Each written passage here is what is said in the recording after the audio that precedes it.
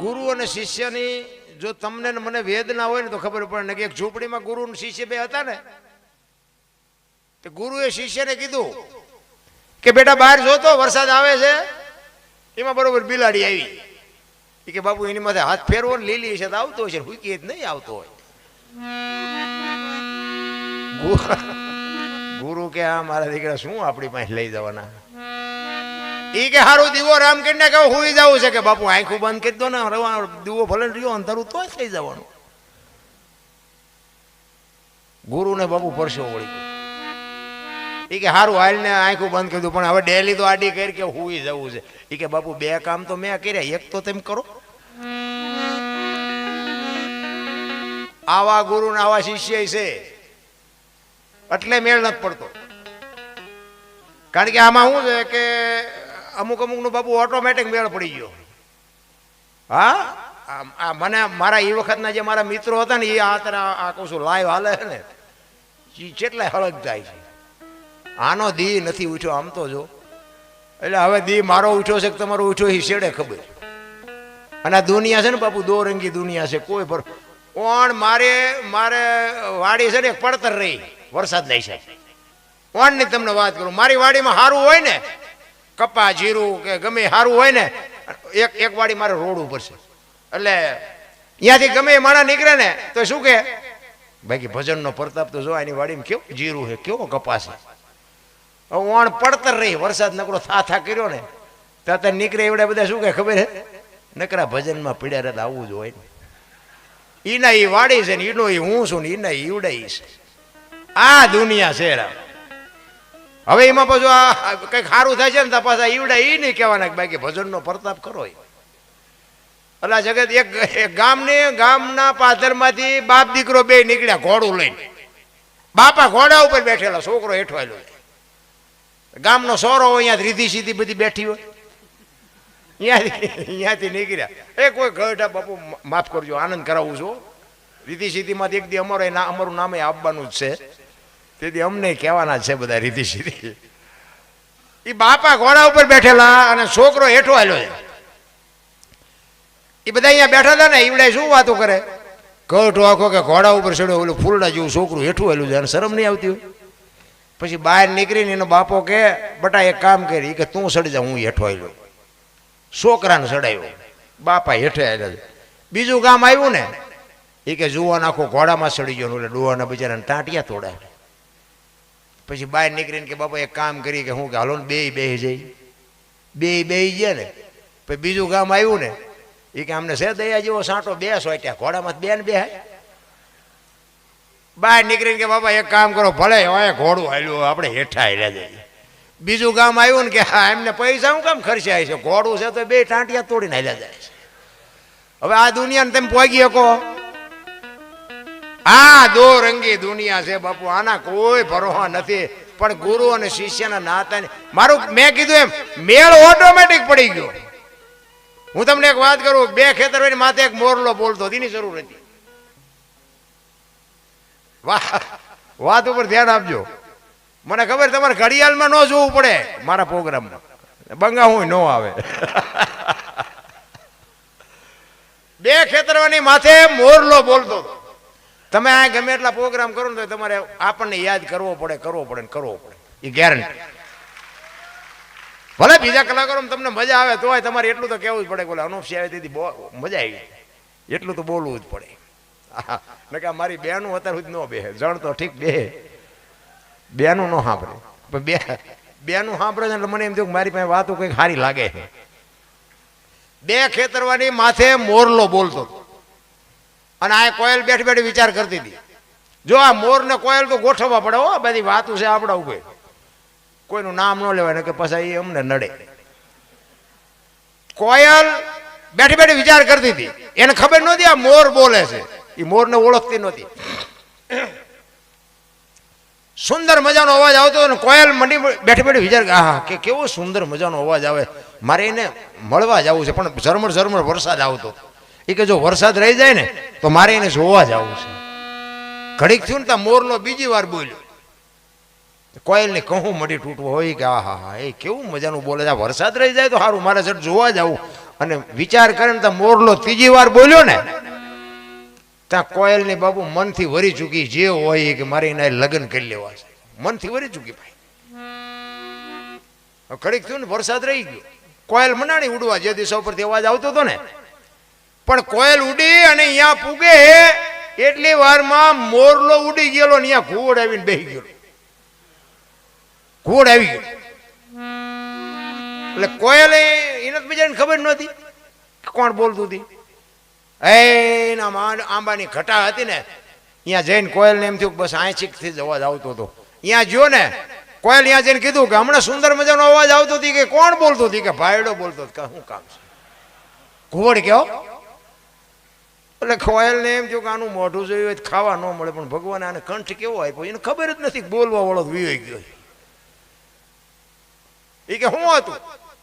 એ કે હતું કઈ નહીં, હું મનથી વરી ચૂક્યો, મારે તમારે લગ્ન કરવાના. ઓલો કે 2-3 ઠેકાણે નાળિયેર પાછા આવ્યા હતા, તો રડતો રડતો આવ્યું હામું, આપણો મેળ પડી ગયો. એ લગ્ન કર્યા અને પછી કોયલે કીધું સ્વામિનાથ બોલો તો ખરા, મને આ સંસારનો મોહ નથી, અવાજનો મોહ છે. એટલે ખોટા હોય તરત મારે કાઢ લે ને. એ કે હું તો વરમાં એક જ વખત બોલું, પશ્ચા બોલું. કોયલને એમ જો હું મન કાયલ વરહ પૂરું થઈ જાય પછી જ બોલશે ને. 2 મહિના 4 મહિના 8 મહિના ફરીને મીડો હાટ ધડકવા, વીજળી મનાણી આભને જીરવા, વાદળ બેવળ ચોવળ મીડા ચડવા, ધરતી માથે ફોરા મીડા પડવા. પછી કીધું સ્વામિનાથ હવે તો બોલો, હવે તો આ ફરીને હાડ આવ્યો, પછી બોલવું પડે. ઘો ઘો બોલો ને 18 મણનો નિહાકો મૂકો કે આવી 76 થી મને પહેલા કેવું તું. હા આપણા ઘરે જોવો ને જેટલી કોયલું નથી હલવાની, અને નકરી કોયલું હલવાણી એવું નથી હોય, જેટલાય મોરલા ચીબરીઓમાં હલવાના છે. પણ હાલા જાય પતિ પત્ની કા એક મતા તો સરગાપુરમાં સતા બાપુ, 2 માણા જો હરખા હોય ને તો જીવવાની મજા આવે. બાકી તો બધા જીવે છે, આપણને એમ થાય કે આમનું ગાડું કેમ હાલતું છે. પતિની વાત બાપુ, અને જો બાપુ ધારે ને આ બેનું છે ને, હું શક્તિ છે, 100% શક્તિ છે. હું તો એમ કહું છું કે તમારા ઘરમાં હોય ને તો સાચવી લેજો. આપણે જલારામ બાપાની વાતો કરવાની હોય, બાકી આપણે બૈરા બૈરા કોઈ દેવાનો ખતરો ન કરતા, એ કાંઈ કરવાનું નથી. પણ મારો કહેવાનો મિનિંગ શું છે કે એક એના મા બાપની આબરૂને લઈને તમે કદાચ એની માથે જુલમ કરતા હોય, તમે એની મારકૂટ કરતા હોય, કોઈ વઢતા હોય, બાંધતા હોય, ખોટી રીતે પરેશાન કરતા હોય, તો એના મા બાપની આબરૂને લઈને. બાકી જો એ ધારે ને કે તારા ઘરનું પાણી નથી ભરવું, બાપુ કટકા કરી નાખો, ન ભરે એ આપણી ગેરંટી, તમને કહી દઉં એ શક્તિ છે. એટલા માટે કહું છું હોય તો સાચવી લઈ. બાકી એક ગામ હતું ને, એમાં પતિ પત્ની 2 રહેતા હતા. તે એમાં ઓલો ઘરવાળો છે ને એની બહુ અવારનવાર ક્યાં કરે, તમે ગમે એમ તો બૈરા, કે તમારી બુદ્ધિ જેટલી હોય તમે ગમે એમ તો બૈરા. ઓલે બેન કે ભાઈ સાના માના જે કરતા હોય કરો ને ભાઈ, એમાં બૈરા છે, બરોબર છે, બૈરા બરોબર. બાકી તમને અમને ખબર નથી પડતી, ખબર નથી પડતી, એટલે તમારા ભેગા ગુડાણાય છે. નકર છે હારા ઠેકાણે ન હોત, ખબર નથી પડતી, એ એમના હાલે. એ કે પણ તમને કોણ ઓળખે, તમારાથી શું થાય? એમાં બેન ને એક દી હબાકો આવ્યો, એ કે આને કઈ દેખાડવું તો પડશે જ કઈ. એમાં એક દીનો સમય હતો ને, એમાં 4-5 ભાઈબંધ આવ્યા જણને, બજારમાં નીકળ્યો ને, એમાં 4-5 ભાઈબંધ ભેગા થઈ ગયા. અરે ચપરડી તમે અમે આવ્યા દીદી, તમે અમને ખૂબ આનંદ કર્યો, હાલો હાલો હાલો ઘરે. ઓલો ઘરે લઈ ગયો ને આમ ડેલામાં ગયા ને, 4-5 ભાઈબંધ એનો ઘરવાળો, એ વાંસળીમાં બેઠી હતી ને ઘરવાળી. એ કાંઈ એના બાપાને ઢળી આવ્યો, પણ પાણી નથી પાવું, ભલે રોટલા હાટું લાવ્યો. અહીંયા આવ્યા વાંસળીમાં, એ કે જો અમારા ભાઈબંધ છો, અમે ચપરડી પ્રોગ્રામમાં જાય ને તેથી અમને ખૂબ હાચવા, આયર છે બધા મારા મિત્ર છે, અને આમને રોટલા ખવડાવે. કે કાંઈ વાંધો નહીં, થોડીક વસ્તુ ઘટે બજારમાં લેતા હો, જાઓ. ભાઈને કાઢ્યા વસ્તુ કાઢવાનું. બોલા મહેમાન બેઠા, એ મહેમાન બેઠા ને બેન રહોડામાં જઈને બાપુ પોક મૂકીને મટી રોવા.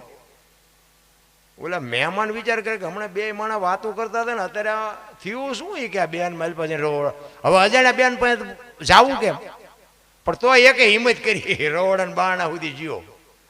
એ કે બેન શું થયું? એ કે કાંઈ નહીં. પણ કે બેન વાત તો કરો, તમે હમણાં તો 2 આનંદથી વાતો કરતા હતા. એ કે કાંઈ નહીં. એ કે પણ બોલો ને બેન, અમારેથી જો કાંઈ તકલીફ હોય તો અમે તો વ્યા જાય. એ કે ના ના, તમને મને હું મારા દુઃખને નથી રોતી, કે તમારા દુઃખને રોવું. એ કે અમારું શું દુઃખ, અમારે તો કે ઉતાવળ છે, આ તો ધડીને લઈ આવ્યો ને કે અમારે કઈ ટેમે નથી. એ કે ના ના, એ તો તમને બધાને ખવડાવશે પીવડાવશે, ગાડલા ને ખાટલા ને પણ એ પણ કઈ બંધ થાય ને તો ઓલામની નસું ખેંચાય. એ કે પણ પછી શું હોય છે, ઓલી બેન ખુલાસો ન કરે અને ઓલા પણ કરે. એ કે પણ બેન જે હોય વાત કહીને, એ કે ના હું તમને જવાનો દઉં, નકર તો પાસે એ મને વઢે.